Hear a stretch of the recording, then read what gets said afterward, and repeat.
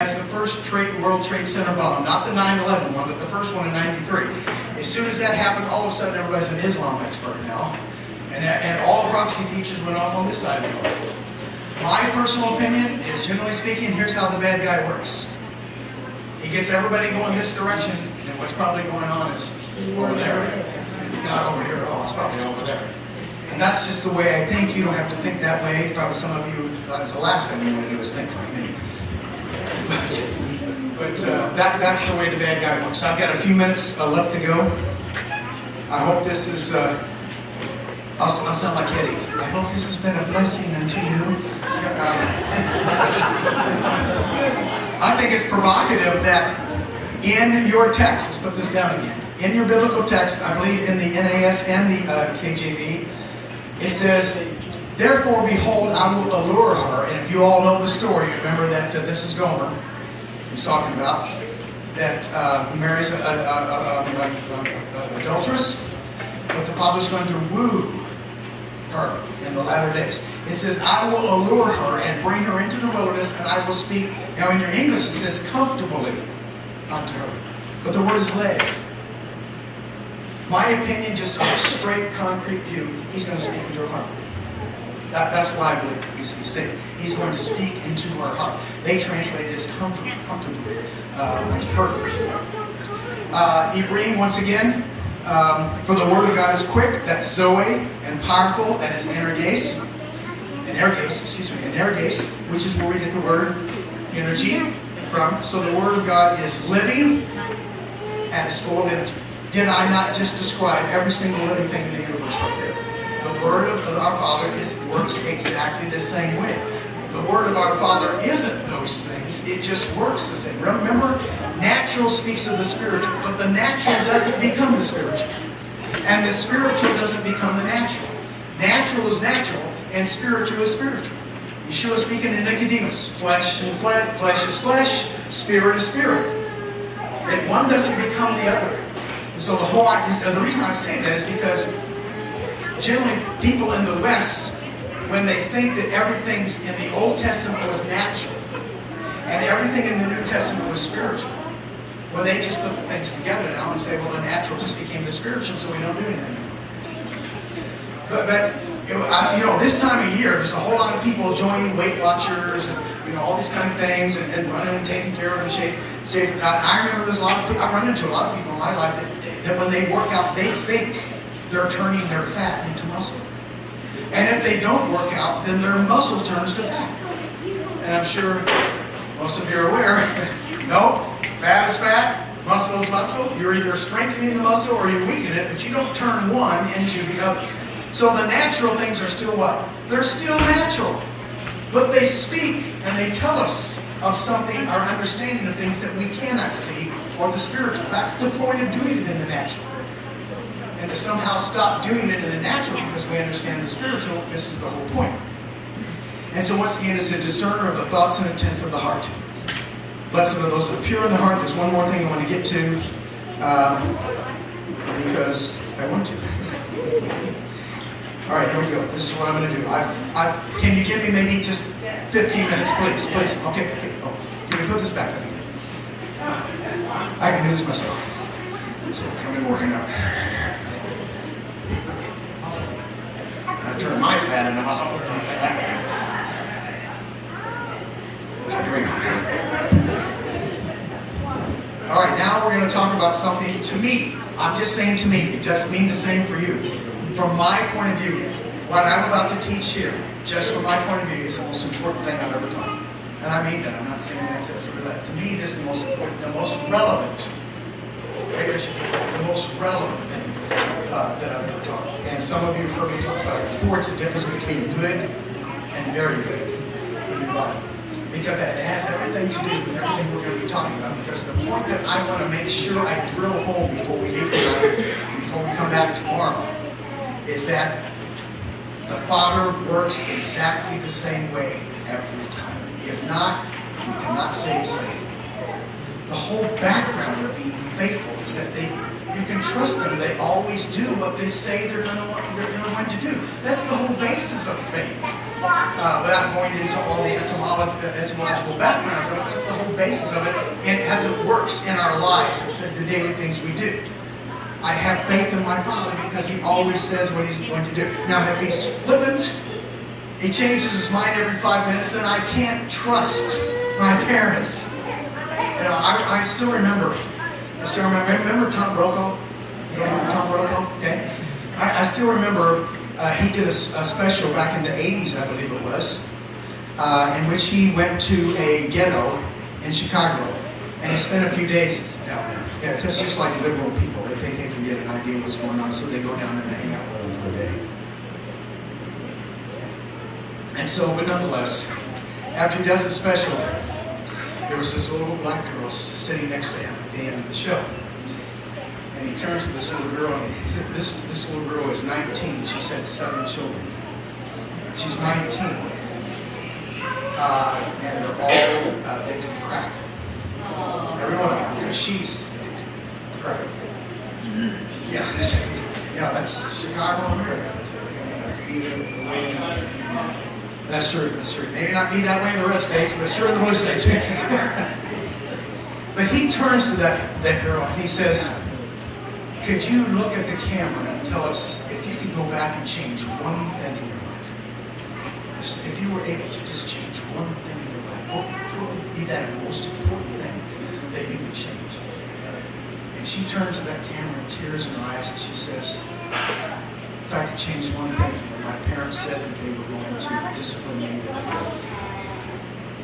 For all the things that she could have chosen, she kind of recognized that when her parents said, if you do that, I'm going to spank you, I'm going to do that, I'm going to try, and they were said they were going to do it. Now you would think it'd be different if they would have given me a puppy when I wanted a puppy for Christmas. Okay? You would think, but no, that little girl kind of understood that it's because of the lack of discipline at home. In fact, her parents, when they said they were going to discipline her, didn't do it. That affected her whole rest of her life. That just stayed with me for all these years. And so I want to do this very quickly. But I'm going to start out by doing this. I want to convince you all of something. All right? So I'm going to let you know ahead of time that I'm going to convince you all of something. All right? Now I'm going to ask you a rhetorical question. I hope you all know what that means. Well, we have to explain it anyway because it's every time. I'm going to ask you, that means you don't answer.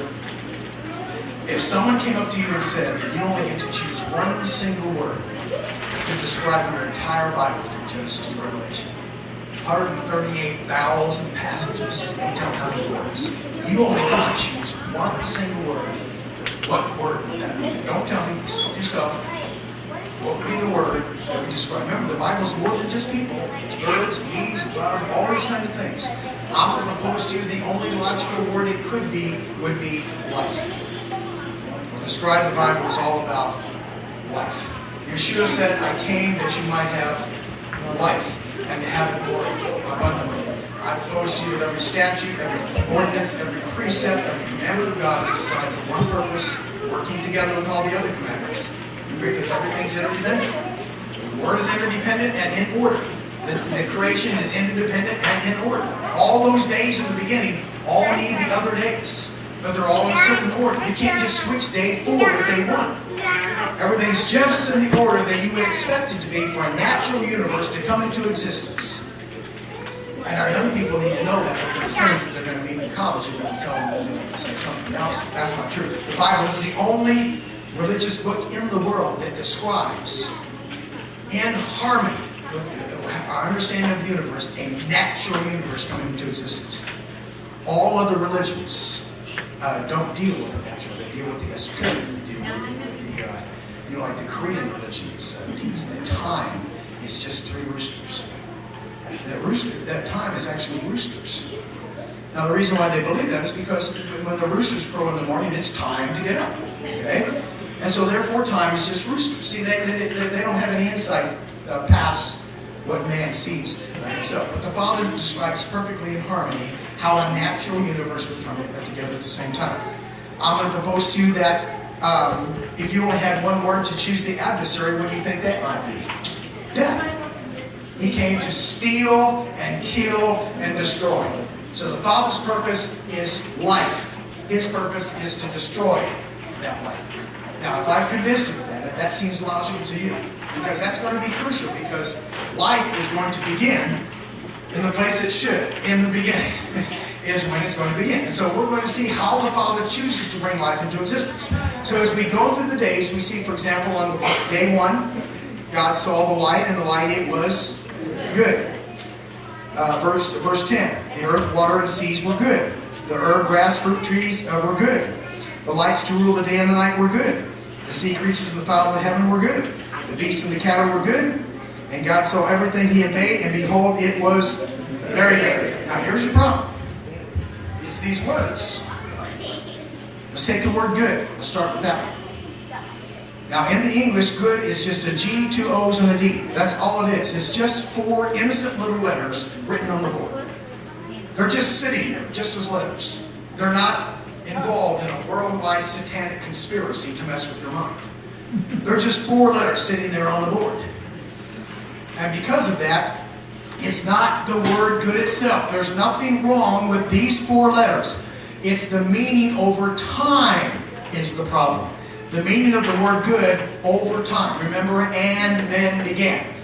So when we go back to the beginning, we have this word tov, according to Raphael Hirsch and others, we have this word tov, something completed for its function or its purpose. So in the beginning, when man hears that, he understands the concept of tov is something completed for its function. It's based upon the creation in the beginning, because when the Father's done with something, he calls it what? Tov. In Hebrew. But in good in English is an abstract term. If you look it up in the dictionary, it's going to say happy, delightful. Those are all emotional terms. Are they true? Absolutely. There's nothing wrong with happy and delightful. It's absolutely true, but that's in the abstract. In the concrete, the idea is something completed for its purpose. So when the Father's done with something, he's saying, I have completed it for its purpose. Don't mess with it. Don't add to what I did. Don't take away from what I did. I'm smarter than you are. I'm not saying that. I'm smarter than you are. I know what I'm doing. Don't add to the water. I called water good. So that means what? It's completed for its purpose. That means it's 2 hydrogen atoms and what? 1 oxygen atom. So that means don't add any oxygen atoms, right? Because if you do, you'll create something different. And you've corrupted the whole system. Because if you add just 1 oxygen atom, later on when the sea creatures go in there, they're not going to survive. But if you swim in it, your teeth will be nice and bright for months at a time, right? Okay, so the idea is don't mess with it. I know what I'm doing. So each one of these days, he's going to march through these things, and he's going to say, it is completed for its purpose. Leave it alone. If you let the creation alone, it will always do what it's designed to do. So everything human in the universe, if you leave it alone, it always does what it's designed to do. It's only the humans that are given the ability to choose. All the rest of the biological creation has no choice. Everything living in the universe but humans have no choice but to produce what they do. Why? Because I'm going to use lemons. I'm using lemons because I think it's a funny word. Okay, I remember years ago I used kumquats, but then over time I realized too many people didn't know what a kumquat was. And so I started to use lemons. So I'm going to use lemons to describe all the biological creation outside of us. Because I don't want to have to rattle off millions of species. We just don't have time, okay? So when I say lemons, I'm talking about all the rest of the biological creation. All the rest of the biological creation produces lemons because, Eric, in the genetics of a lemon is only what, sir? Lemon information. That's all it has. It can't get up in the morning and add some pineapple to it. A lemon can't become a pineapple because there's no pineapple information in the genetics of a lemon. Can we all agree with that? Now, once again, the living creation's this way. Let's see what we do to the word. We manipulate it, we add it to it, we take it away from it, and then we corrupt it. When it works exactly the same way as all the other living things do, that's why the writer of Hebrews tells you the Word of God is living. The reason why he says, my words are spirit and they are life, because everything is about life. And so therefore, we have everything completed for its purpose, and then only when the creation is finished does he call it Tov Miot. Tov Miot. Now here's the problem. Tov Miot, by the way, that word Tov Miot shows up very rare in the Bible. I think less than 6 times. And you can look them up yourself as to the use of this word. Now, here's the problem. We have a word. So most of you are familiar with this word if you do your Via Hafta.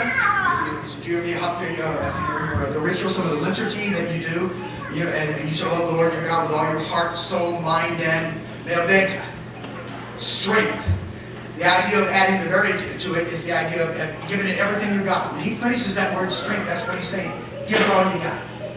I want you to love me with everything that you have. Now see, Western religious people look at the word very good and they think it just means super duper good. Okay? Very good means super good. Okay? No, it means it has life in it now. It's got everything in it. It can reproduce after itself. So not only do we have the meaning of the word, the way it's used, but also we go back to the beginning and see its first use. Are you with me? So everything is good, but no one day is called very good. And creation is only called very good when everything is complete in its order. Then he calls it very good. Can you all see that? So, it means it has life now. Day one is good, which means don't add or take away from it, but day one cannot produce life. There's no life in 2 hydrogen atoms and 1 oxygen atom. There's no life in that. It's just hydrogen atoms and oxygen atoms. They don't produce life. So therefore, all these things work together, including the humans, because the humans are going to be put here to take dominion over these things and to be stewards, quite frankly, to be good stewards of this creation. And as you well know, the problem with everything falling into a state of entropy is because of the humans, not the lemons. It wasn't the lemons' fault that everything collapsed into a state of chaos and entropy. It was the humans. The lemons are still doing what lemons are designed to do. As a matter of fact, if it wasn't for the rest of the biological creation, we wouldn't even be here. Because the rest of the biological creation didn't fall for the idea that the law was done away with on a cross 2,000 years ago, we are still living and breathing right here. Because the rest of the creation is still doing what it was designed to do in the beginning. Remember the man in the mirror? Just think of the wheat in the mirror, or the lemons in the mirror, if you will. Those guys are getting up every day and they're still looking at the way they were designed to be in the first place. So when the Father says it is finished, when he finishes his work on the 7th day, what he's saying is, I did it right in the first place. I know what I'm doing. I'm smarter than you are. I did it right. You're the ones that came along and made a mess of it. As a matter of fact, when I look out into the field and I see the lemons keeping the commandments, are they technically legalist? Well, yeah.